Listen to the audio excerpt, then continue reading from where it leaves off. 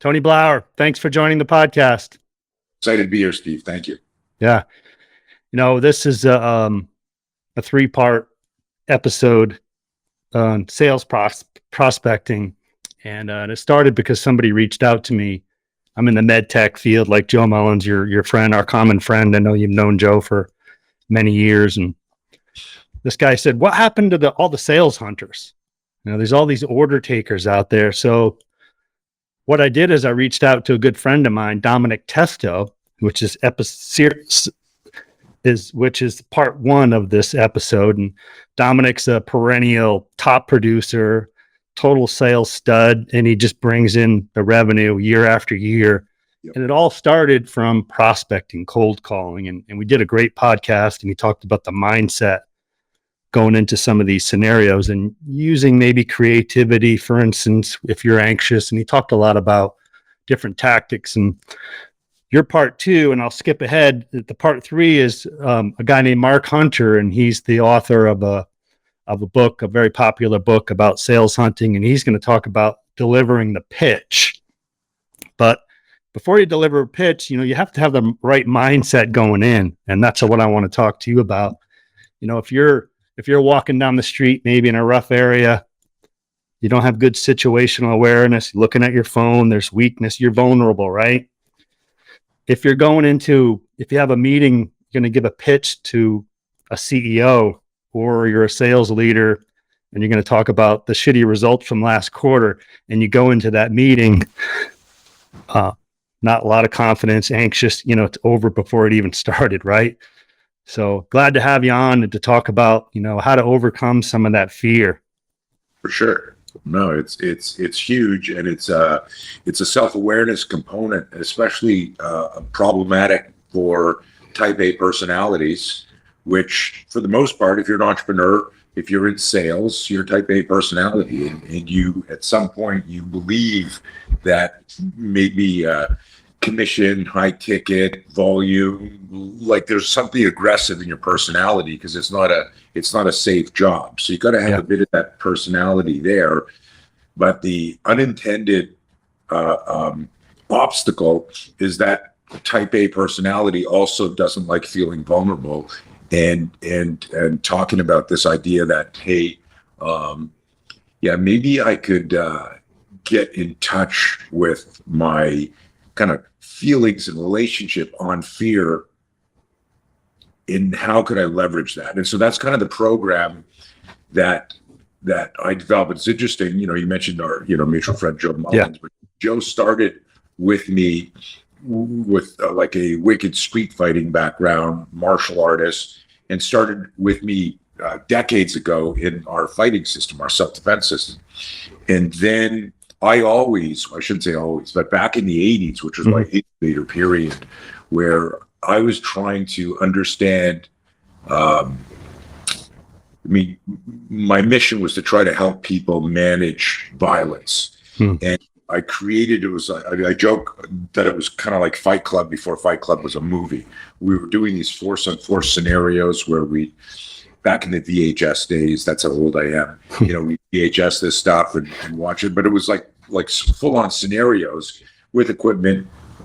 We'd watch the videos back and go, man, like a lot of this martial arts stuff does not work. A lot of it doesn't work the way we thought it was going to work. And but one of the things I noticed early on, Steve, which was a huge kind of light bulb moment for me, was that as violent as we were getting in the scenario stuff, the people who I thought were going to do well very often didn't, and the people who I thought were just going to run over didn't, and got really well. And I started like kind of interviewing and intuitively exploring this, and what I found out that was the relationship with fear and how we articulated it impacted how we performed. So you could have no skill and lots of intuitive fear management skill, and you figured out how to get it done. It's kind of like the catch-22 of thinking I don't have the resources to be successful, where someone else is in the exact same place as you, but they get resourceful. So what's the difference between resources? Could be like, as a martial artist, skills and drills and technique. but didn't have it up here. That turned into a whole program that now, decades later, I mean, how long goes the 80s? 40 years ago. Yeah. Decades later, it's probably the most important part of my company now, which is this no fear division. And what we figured out is the people who manage their fear manage to fight. I'll say that again because it's powerful. The people who manage their fear manage to fight. And it was kind of like as an archaeologist trying to uncover ways to help people manage violence. And we still do that, of course. You know, you've obviously been on my website. Military law enforcement, citizens all over the world. Beautiful, nice, yeah. And you know, Clint Emerson had me as the that's a separate story another time, but had me as the opening chapter. I noticed. But if you ask me, all the courses that we do, our military courses, our law enforcement courses, you know, all these like cool guy courses. Yeah. What's the most important course? And I would tell you this one here, because you can have all of the training, all of the, let's go back to sales. Yeah. Here, you know, you've got your fancy pen and your latest, you know, iPhone or Android. You got a $5,000 suit and you're leasing a Maserati. If you walk in to the meeting and you appear unsure or afraid, and you're giving off that vibe, and it's a vibe, right? If you don't know you're doing that, you know, I don't know if you remember Iggy Pop, but one of the greatest lines ever, he said, imagine if desperation were attractive. Yeah. So you come in there going, man, if I don't make this sale, I'm going to, you know, I might get fired, or my quota is not going to meet, or I won't be able to pay my mortgage or anything. And so the idea of managing fear as a generic skill set should be something that every human, not just men, not just type A's, but our relationship with fear changes everything we do. And I've said this for decades, that you know, who we talk to, therefore who are our friends and who we marry, how much money we make, how much weight we lift, whether or not we defend ourselves, are all buffered by our relationship with fear. And in order to talk about it and learn how to turn fear into fuel and leverage it, you got to improve your self-awareness. And so that's kind of the obstacle for the type A. Now, what I've been able to do, which is interesting because of my background, and people check it out, is I don't have like a touchy-feely approach to it. I mean, look at the you know, so that might sound, oh, I don't like this guy, he swears. Well, fuck fear is an acronym. Fuck is face it, understand it, control it, know it. And it's a whole system. And inside that acronym are a whole bunch of drills and skills and exercises that get people to immediately connect to what's going on. And if we have time, I would love to share a real world story that happened to me regarding fear. Please. You guys remember what happened about 5 years ago, this massive social experiment where some people tried to take over the world. And most of my clients, can you believe it's like a half a decade old? Yeah, crazy. I started. Yeah. So all of my training back then was live in person. And we had multiple seminars, military, law enforcement, SWAT teams, corporate. Well, you know, when it was 2 weeks to flatten the curve happened, like everything stopped. And so I went from, I'm a boutique company, I'm a consultant, it's word of mouth. I don't have, you know, a blimp flying over, you know, the Super Bowl going, hey, train with Tony. What was wild was everything stopped. And for a second it was cool. You know, I had gotten to the point where, like I'm turning 65 next month. And I got to the point where, you know, I'm 60 years old. I've got emotional, psychological, and material success. I live in a beautiful place in California. Everything's cool. I have a home office. I said, oh, I'll hang out with the family. Oh, we'll be fine. Well, 2 weeks became, you know, 2 months became 6 months. And about 3 months in, I kind of like doing the accounting. And now everyone listening to this, if you're in sales, right? I went, oh, I just canceled 35 courses. That's about $600,000 worth of training. That's my only revenue stream.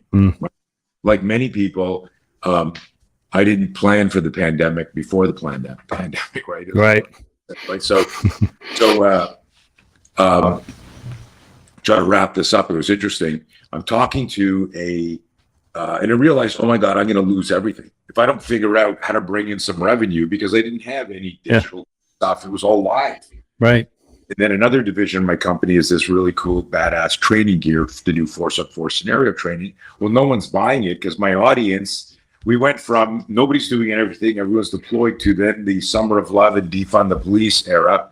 So like for years, like nothing's coming in. Well, early on, I'm doing some math. I'm like, holy shit, I thought I was going to throw up. I got really scared. Now I'm a fear management expert. Yeah. I teach all over the world, but here I am sitting in my office. I want to vomit. I feel like someone shoved a vacuum up my ass and insides. And I'm on the phone with a buddy of mine who's a pretty famous. He's a former Super Bowl champ.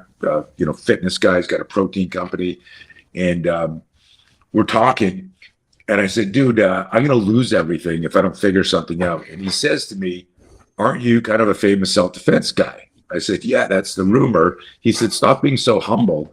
He said, I bet there's a lot of people that would train with you on Zoom. He says, I got 150 people who log on every morning to work out with me in my garage. Yeah. So I sent and you talk about this because you in your intro, you talked about a few things. And so from a sales perspective, I want everyone to listen to what I did here. I honored my fear. I recognized my fear, and I looked at what it would cost me if I didn't fight. Number one, what will it cost me if I didn't fight? Well, I lose everything. I can't feed my family. And then it went down from I can't be the protector, the provider. Yep. In the conventional, sense. Yeah. Then it went all the way down to the stupid shit. Oh, I'm gonna have to sell my car. I'm gonna sell my watches. I'm gonna have to all the material shit, which is embarrassing to even fucking talk about. Yeah. But your brain, if you ever tried meditating, your brain just throws all this shit at you. Yep. And so an effective fear management program will help you declutter that. And that's part of what I created. So I put all that aside. And what I did is this. So now here's the pitch, right? Yep. I'm getting ready for the sales, the pitch. I gotta hook them and then close the deal. Yeah. Well, I could come in and not be myself and go, hi, Tony Blauer here. I've got this crazy idea for a course. I took the product that I have, which was training people how to manage fear and teaching people how to manage violence. It wasn't about technique. How do you punch? How do you? Yeah. A way deeper behaviorally based self-defense program. Right. And I went I have a trail near my house, and I went for a walk. I put the camera on, and I talked about where everyone was, right? So if you're good at sales, you know that you get paid at a certain level based on the quality of the solution to the problem you're solving for your client. Whatever it is, right? It's from a widget to fear management. Right. Right. So instead of me going, hey, it's Tony Blauer and you're on my newsletter list and I got this crazy deal, sign up now. I went, hey, crazy things are happening right now. And here's where I'm at. And I just laid it on the line, like one-to-one. Yeah. As if you were my peer. The world is doing some weird stuff. There's a lot of violence. There's a lot of fear. You know me. That's why you're on my list. This is what I've been studying for decades. A lot of you can't train with me because of geography or finances. Well, here is a chance to train with me. And I started and I explained I was going to be teaching 5 days a week. And here's what I said. If you can't afford this and want to train, send me a letter explaining your situation with me. If you can't afford it, then help me out because I have zero revenue coming in and I got to feed my family. Yep. I didn't pretend. Right. Right. I laid it on the line. And what I made clear is if you can't afford it, I do not want you to train with me if you're going to have to skip a meal for your kid or put yourself in dire straits. Don't do that. But I will train you because we're all in this together. And I had 100 people sign up in 24 hours, and that saved my fucking business. Wow. Right? It was wild. Then it grew to hundreds and hundreds. Yeah. And believe it or not, we're approaching 800 classes. We never even stopped it when the world turned back on. Oh. It was so amazing. But here's the most important part of this, right? So you can look at, okay, what's the pitch? What's the idea? I covered it. But I didn't know what I was going to do. It was like you got fired.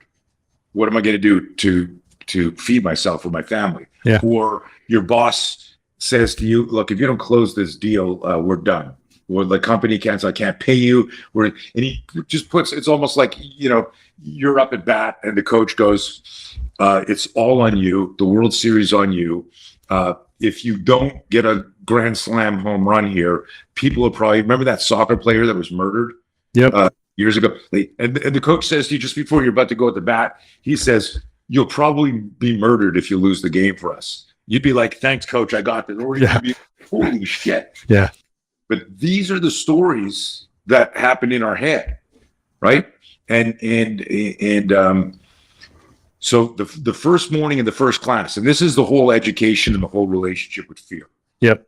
And why, if you said, hey, you can only teach one class for the rest of your life, it would be my no fear program.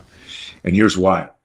I'm walking around the first day of the class, the first day of what we call the tactical garage gym. And I'm walking around the house like this. And my wife says to me, we've been together 30 years. She goes, what the hell is wrong with you? Yeah. I just go, a wicked anxiety. She says, about what? Now, a lot of people, if I saw you in an elevator be on your way up to the most important meeting of your life, you might be like, yep. Right. Hey, dude, are you okay?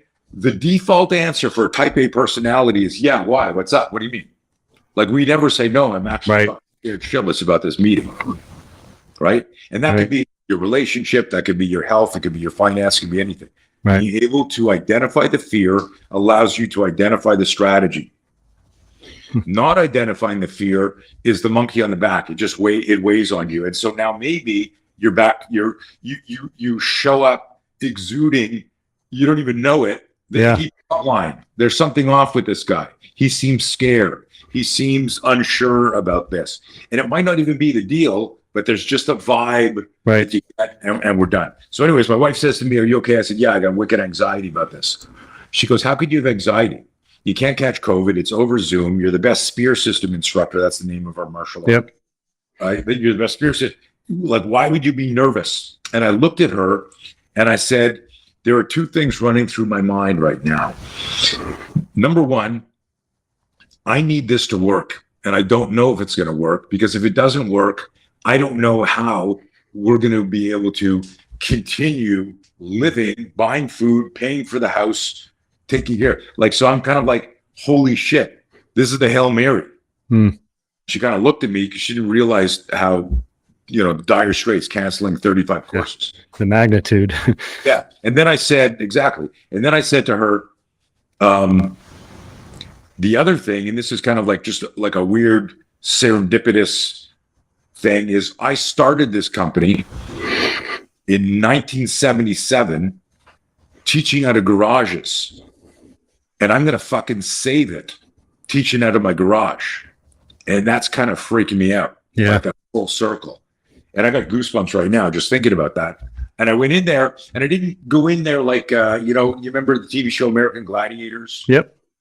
All right, guys. I went in and I said, hey, thank you all so much for showing up. I can't even explain to you the gratitude I have and I'm going to do my best to fucking give you everything you need, even though it's counterintuitive to learn self-defense over Zoom. And so here we are. I'm still training people I haven't even met in person, Steve. Yeah. Started with me 5 years ago, and they're approaching 800 lessons with me. Is that insane? That's crazy. Anyways, like the story there isn't like, Steve, I took this guy Blauer on. He talked about this garage. No, the story is about managing the fear in your mind and the fear in your life. And it was around sales and presentation. Yeah. And what am I going to say? So anyways, I thought I'd share, because it's sort of counterintuitive. Yeah. A lot of people when they see somebody who's, let's say, a good fighter or like a fear management expert, there's an assumption, and I've had people say this to me, where they go, "What's it like to have no fear?" Like meaning, no fear and no fear. And I'm like, dude, what are you talking about? Yeah. I have fear every day. Yeah. It's called fear management. Anyways, that's That's rant. interesting. Just to kind of go back a little bit about that fear when your wife asked you about it. Now, with your wife, it's different. If you're in that elevator situation with somebody else, kind of me personally, I never want to expose a weakness, Of course. right? And so that's a little bit of different psychology that you talked about there. Yeah, and that's a great observation. So obviously, if we unpack it, there's got to be context. You're in the elevator and suddenly you realize, a guy looks at you and you're kind of going through some notes and you're and sometimes you're thinking of a good line or a good joke. You're talking to yourself because you're so nervous. Yep. And guy says to you, he goes, "Oh, you're going to floor 12 too." "Oh, yeah. Yeah. Are you going to that big meeting?" "Yeah, I'm one of the investors." Yeah. And then he goes, "You okay?" Of course you're not going to go, "No, man, I'm scared." Because there's context. Who is this guy? But let's say, and this is another great story. Who is the person asking you? Now, you may not have a fear management coach. And this is so when we created this program, it's not a really good business model, but I created it so that you, and we actually say it in there, is that you need to be your coach. You can't hire me to walk behind you and go, "Steve, think about this now." I'm whispering in your ear, right? Sounds like what happened in maybe at a debate. We'll go there. Well, presidential debate. But the point is, us, we all need to recognize that a fear spike puts us in a fear loop. And when you're in a fear loop, what you're doing is you're worrying about a future event that hasn't even happened. And so it's producing this anxiety. But when you're in a fear loop, you are consuming time, which is the only resource you can't regenerate.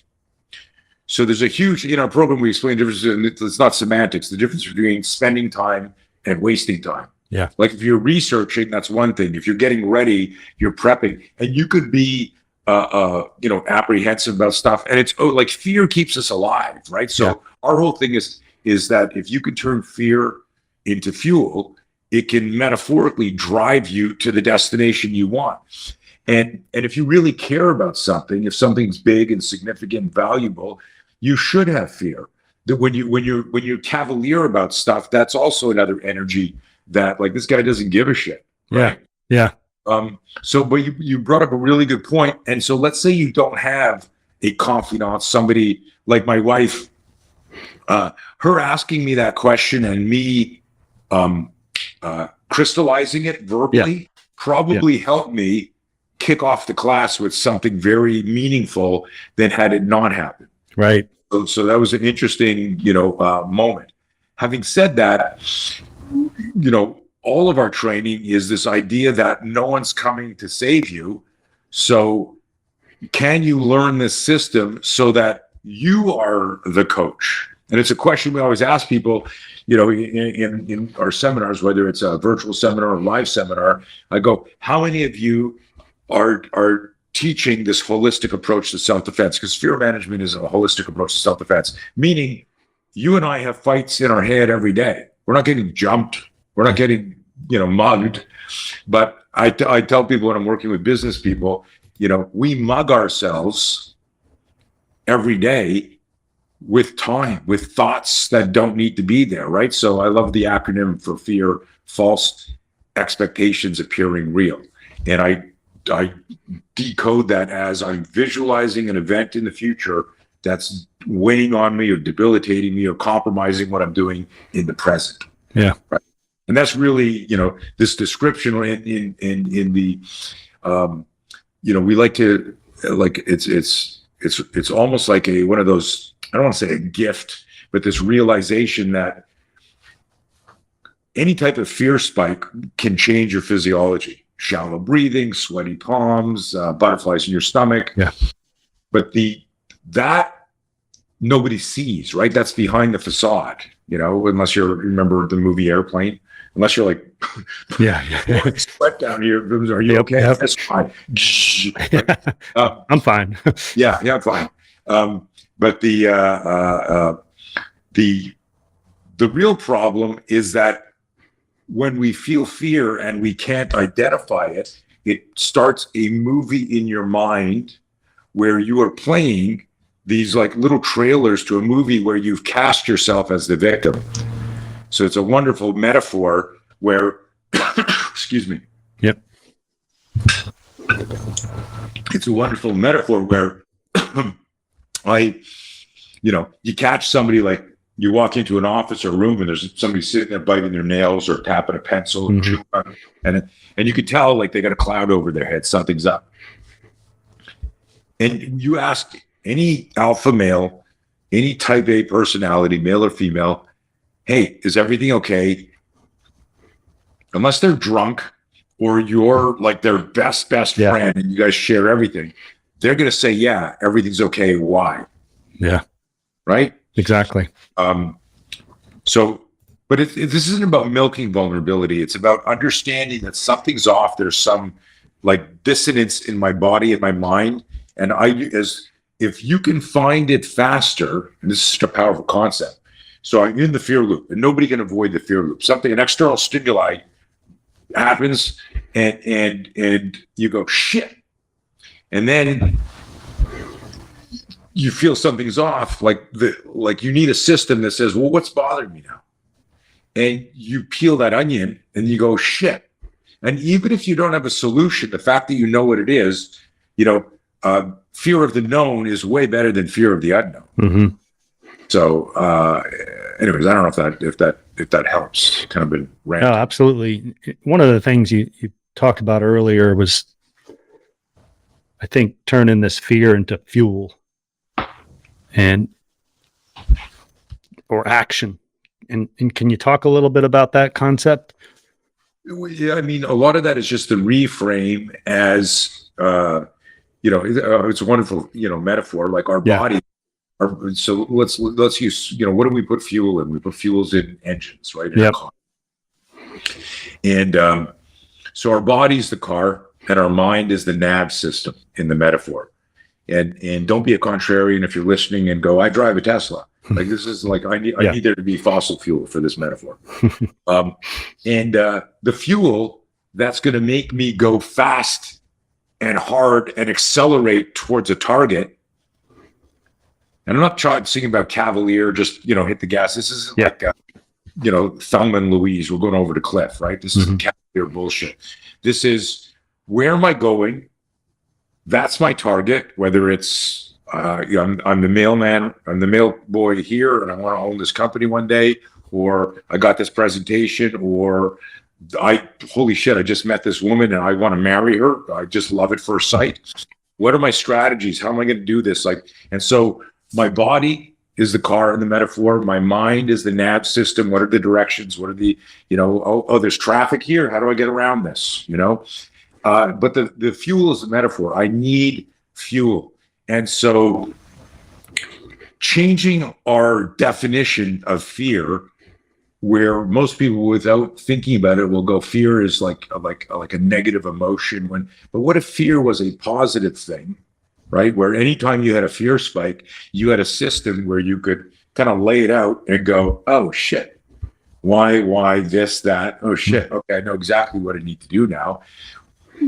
Again, when we don't, like a fear spike, I always tell people, fear spike will always create doubt. Doubt will always create hesitation. And if you don't do something when you start to hesitate, it leads immediately. It's like dominoes: doubt, hesitation, procrastination. Yeah.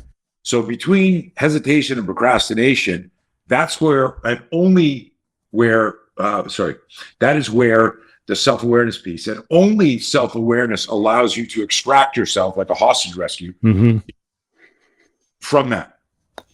How many times have you said to somebody you care about, hey, are you okay?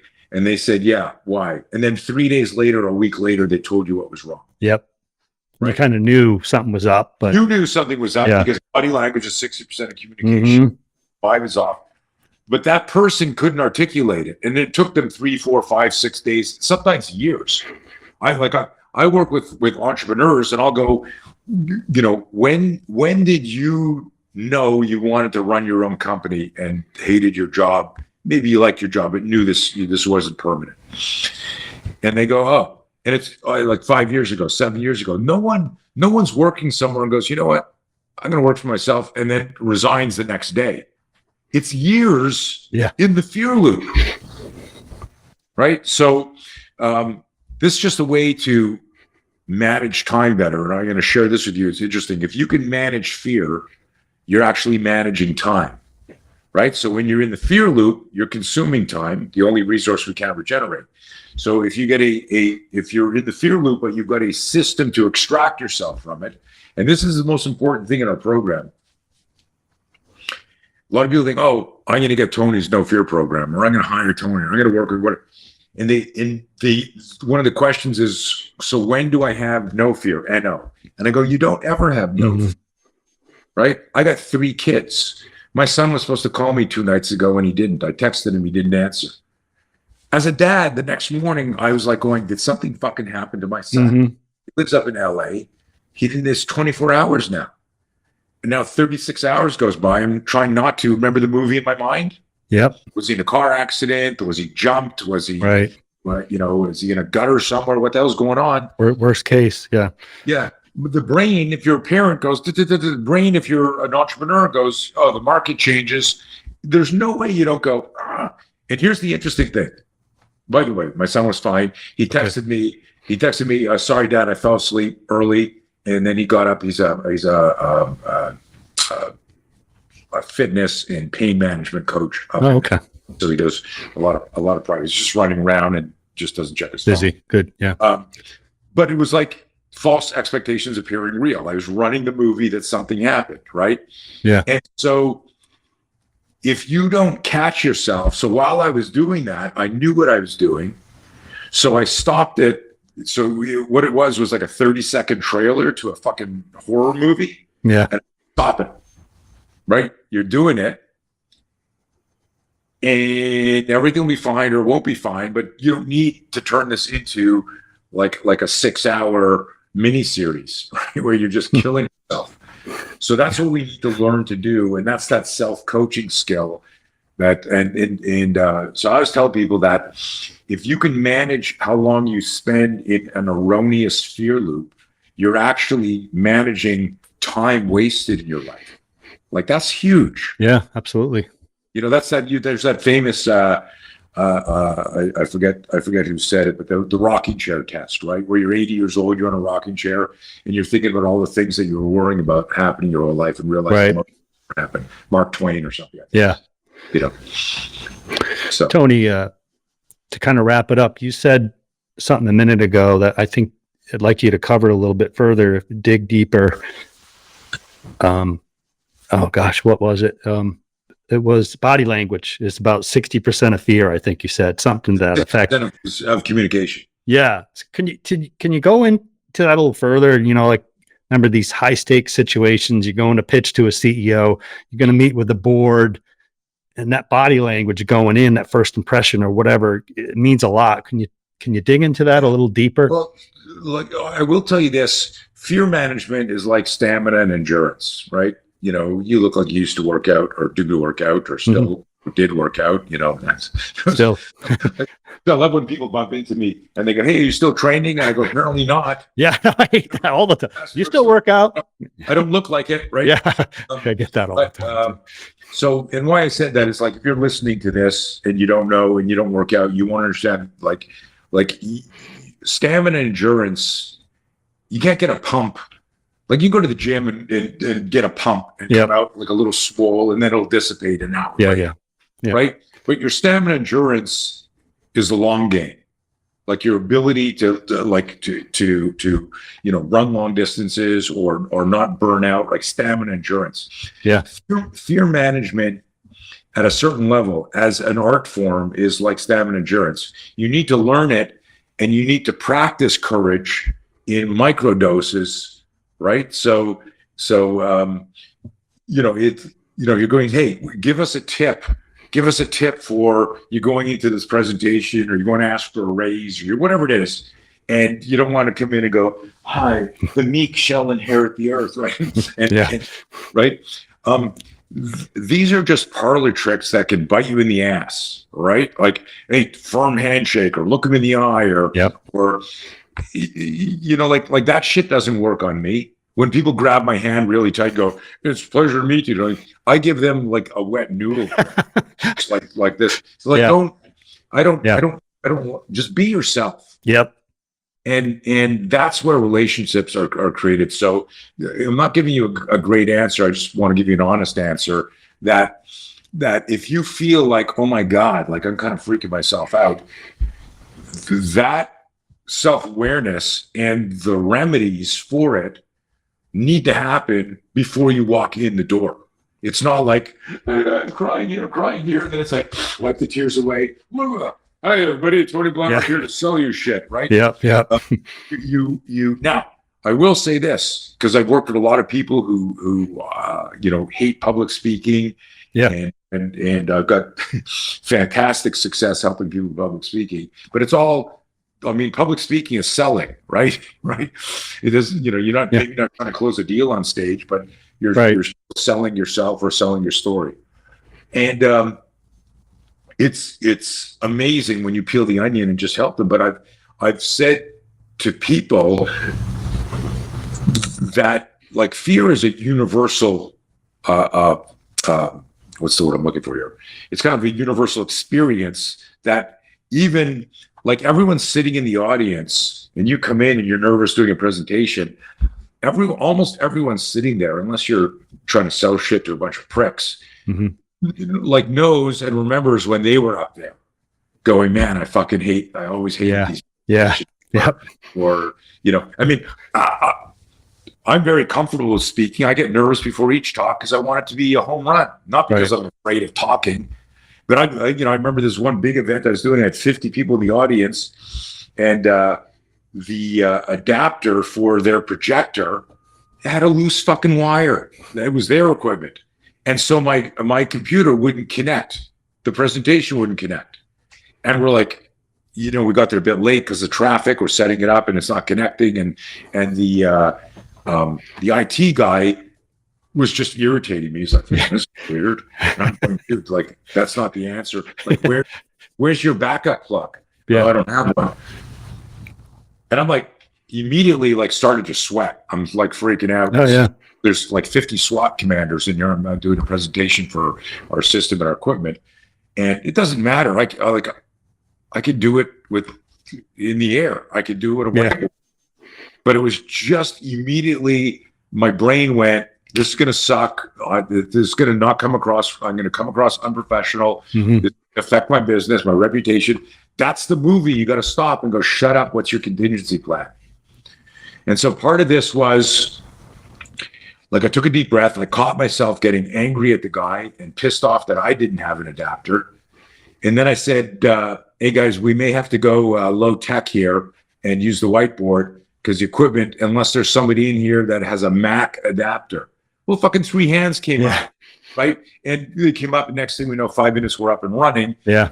But for a second there, I was like, mother. Yeah. I'm so upset.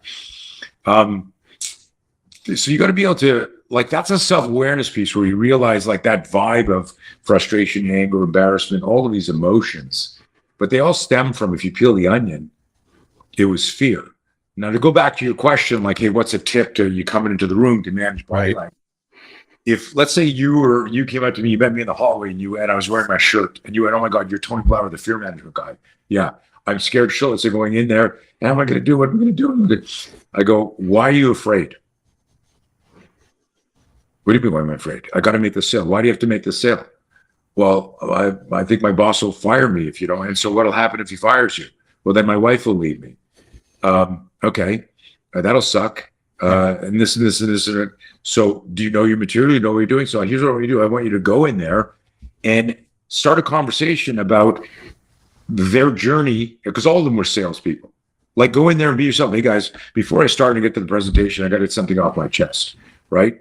And I tell people, and if this isn't for everybody, but I'm just being honest with you. Yeah. I've had people where I say, you're not going to get better between your phone call with me, your Zoom call with me, And this thing that you called me, not with an event in a month, but an event in a minute. Like, hey, tomorrow I got to do this. Yeah. Stamina endurance, you can't build it in 24 hours, right? That's so I go in and tell the truth.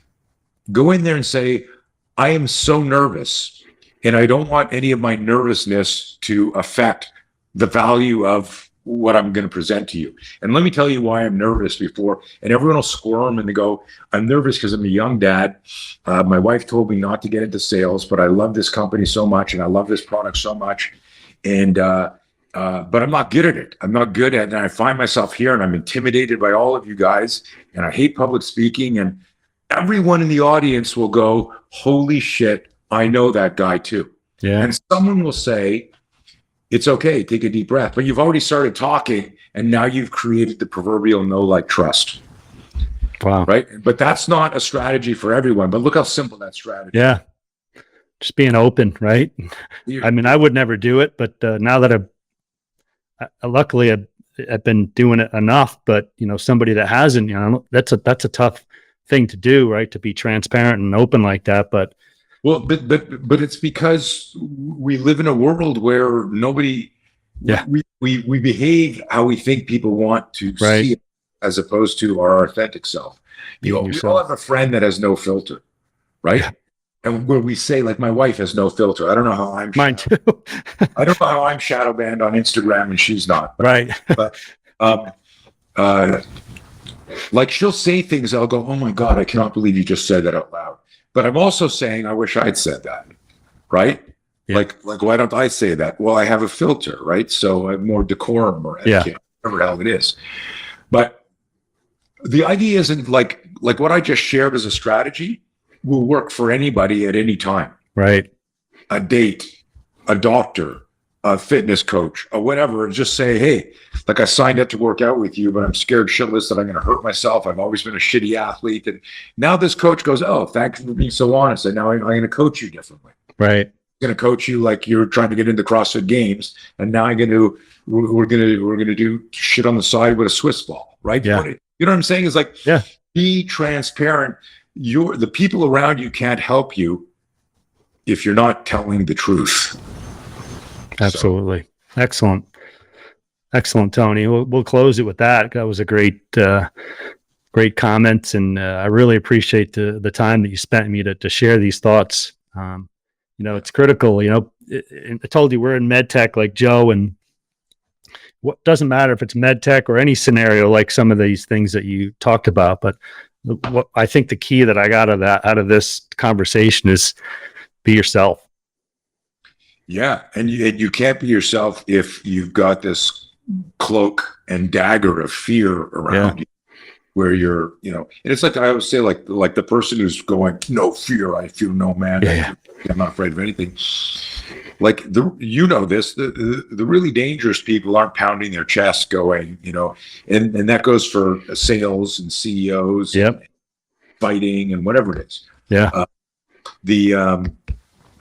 Getting in touch with the psychological fears in your life reveals and helps you self-actualize who you can be. And it will guide you in everything you do. So, while this is, med tech, everything is sales. Yep. Everything is. You want to have sex with somebody, it's sales. You want to get your kids to in bed early, or it's sales. You're trying to get somebody in a school and they've got like strict admission policies, it's sales. You want to be successful in med tech, it's sales. Cop pulls you over, you're speeding, you don't want a ticket, it's sales. Everything is sales. And the more, I don't want to say likable, because some people just aren't likable, right? But the more authentic you are, the better chance where somebody can respect this person was for real. So anyways, hopefully I sparked some thinking and some introspection in your audience, and they got something out of this. Absolutely did. And I really appreciate your time, Tony. I know you're a busy guy, taking it out to talk about this. And like I said, this is a 3-part series, and I think it's we're going to wrap it up with Mark, and it's going to be real informative for the industry and for anybody, really. I dig it, man. Appreciate it. Well, if you get any good feedback or questions, hit me up. Happy to help out. Like I said to you when you hit me up, I've known Joe for 30 years. I don't know if your audience knows Joe Mullings, but Yeah. Oh, everybody does in our industry. Yeah. it's like I said to you, you should have mentioned Joe's name. And Yeah. Yep. we've been good friends for a long, long time. Yeah. Just to kind of go back to this first podcast I had with Dominic, I was talking about when I was a young man in sales, trying to get meetings, trying to get my foot in the door, so to speak. And I kept calling people, emailing, and nobody was getting back to me. And then I name dropped a coworker that is very influential. A lot of people liked him, and he helped solve problems. Once I started dropping his name, I had meetings galore. So I used his same. I'm not trying to sell you anything. I'm trying to get you on the pod. I dropped Joe's name, and you said, if you're buddies with Joe, I'm in. So another good lesson there. Yeah. No, it's it's sales. It's a hook, and it's funny because my wife helps manage my calendar. Mm-hmm. Only because I have a home office, so she knows where I'm running around or I'm doing something with 5 dogs and 3 kids and all that shit. I get podcast requests from like someone who's got like she'll pop online and go, this guy has like 100 followers, and why are you doing this? And I said, because of how he asked. Yeah. No name dropping. I don't know anybody. Yeah. But and this is a really good thing to wrap on. Yeah.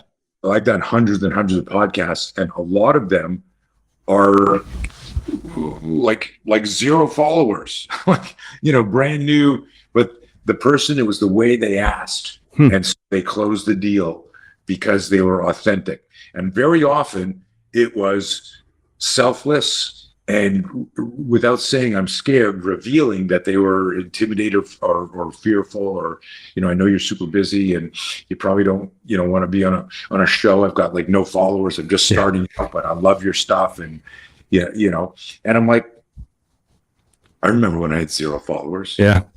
Right. And you asked me nicely, so if I can squeeze it in, I'm going to. That's great. Yeah. Tony, how do people get a hold of you? Where do they find you on social media? I'm going to give Joe's personal cell number. Call Joe, and then he'll tell. No, so the best way is man, I'm on all LinkedIn and Instagram and Facebook and all that. Okay. I mostly post on Instagram and LinkedIn. You can message me through there.